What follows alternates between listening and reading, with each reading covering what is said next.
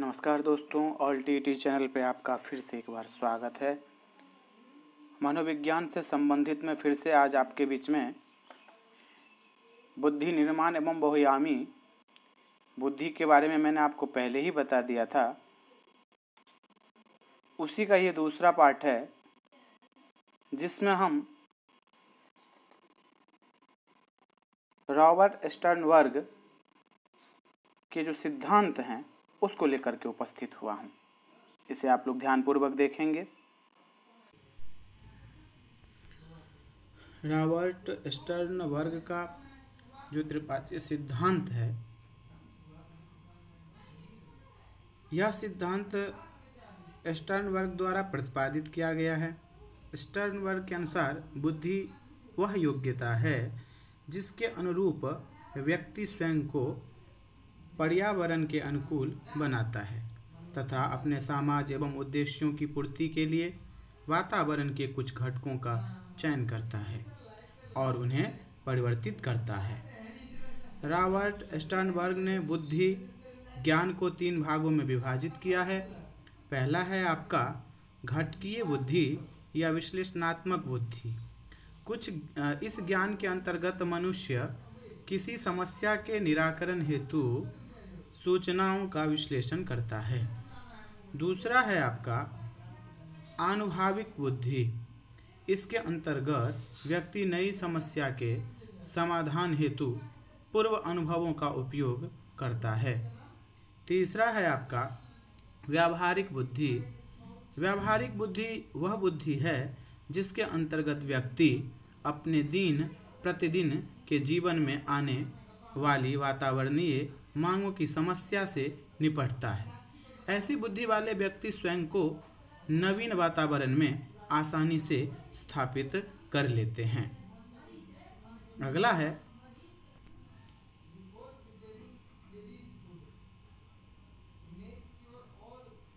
तो हम मानसिक आयु एवं वृद्धि के परीक्षण के बारे में जानते हैं।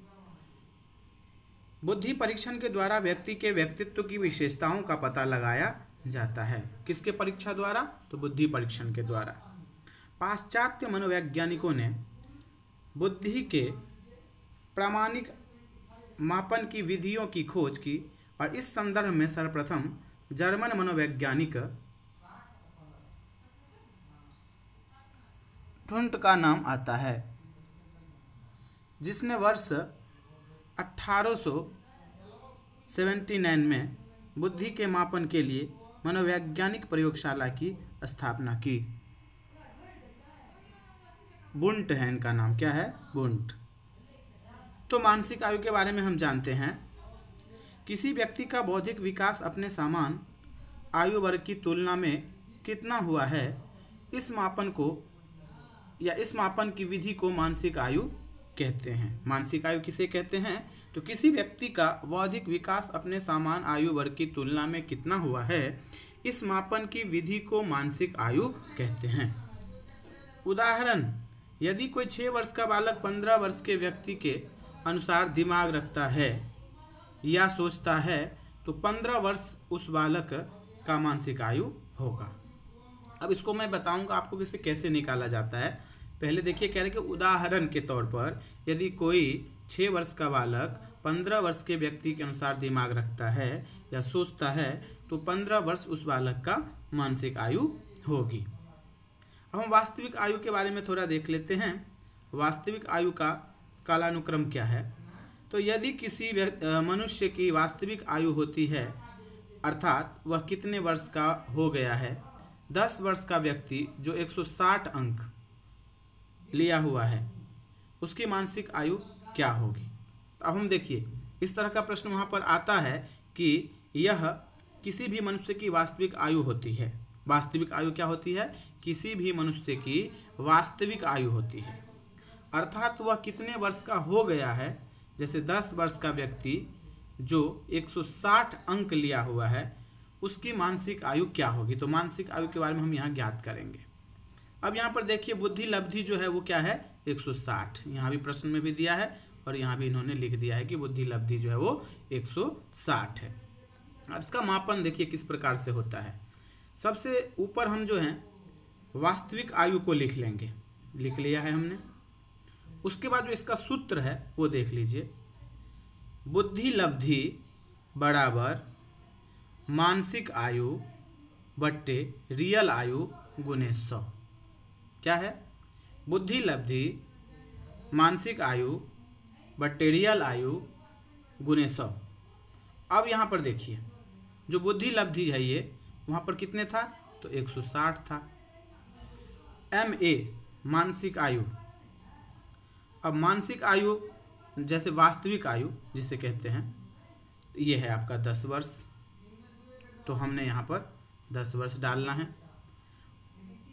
और बट्टे में फिर हमें क्या करना है? तो 100 डालना है। ठीक है, तो आप यहाँ पर अब देख लीजिए, अब यहाँ पर आ गया MA बराबर 160 गुने 10। क्या है? 160 गुने 10 बट्टे 100।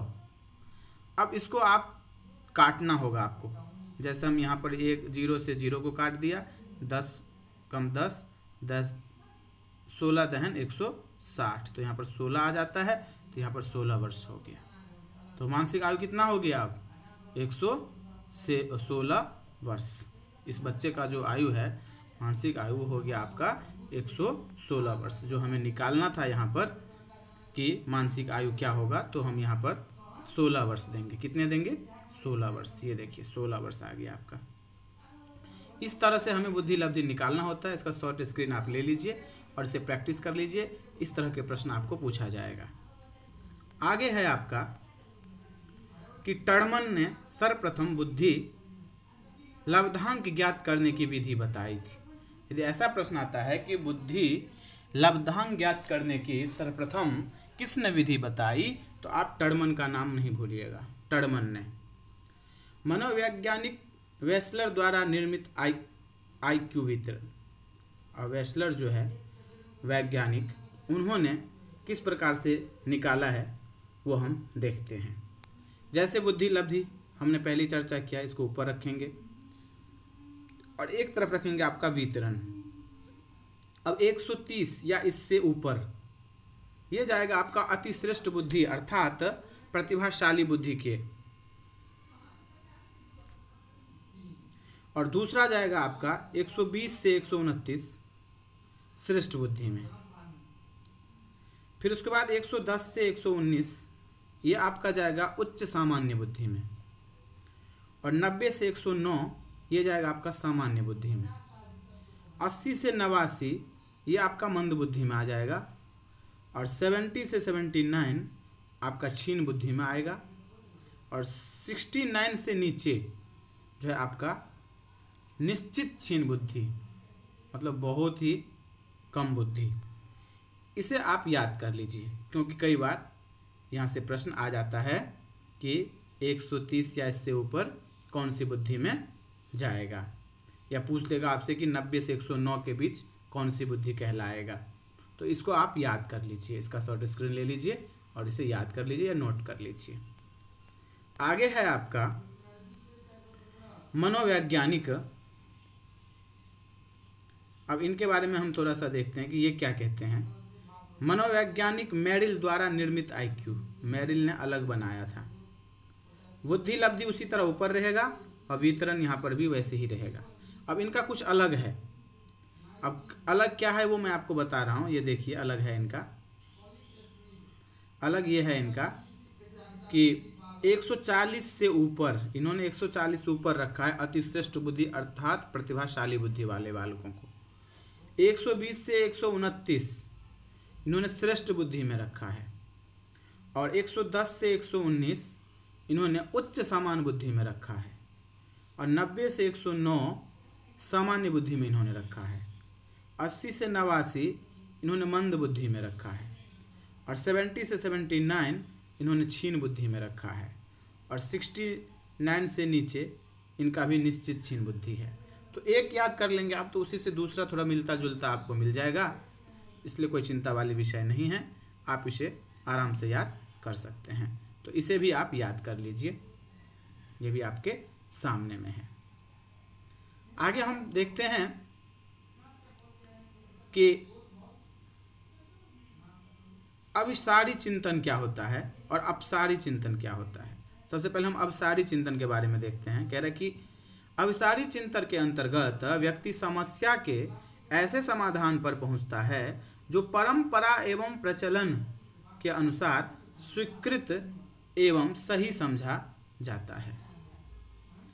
अपसारी चिंतन के अंतर्गत व्यक्ति विभिन्न दिशाओं, विभिन्न मार्गों से विभिन्नता के साथ समस्या का हल निकालता है तथा व्यक्ति उनके परिणाम की अच्छाई तथा उपयोगिता के संदर्भ में निर्णय लेता है। आउट ऑफ द बॉक्स चिंतन इसी के अंतर्गत आता है। आउट ऑफ द बॉक्स जो है वो आपका अपसारी चिंतन के अंतर्गत आता है। यहाँ से कई बार प्रश्न आया है, आप इसे ध्यानपूर्वक सुनेंगे, देखेंगे और इसे आप नोट भी कर लेंगे कि अभिसारी चिंतन क्या होता है और अपसारी चिंतन क्या होता है, इन दोनों में क्या अंतर है। आगे हम जो दूसरा पार्ट लेकर के उपस्थित होऊंगा आपके बीच में, वो रहेगा आपका भाषा और चिंतन के बारे में। उसे भी आप देखना ना भूलें, वो भी बहुत महत्वपूर्ण है आपके परीक्षा के दृष्टिकोण से। तो चैनल को आप सब्सक्राइब करें, लाइक करें और शेयर करें। धन्यवाद।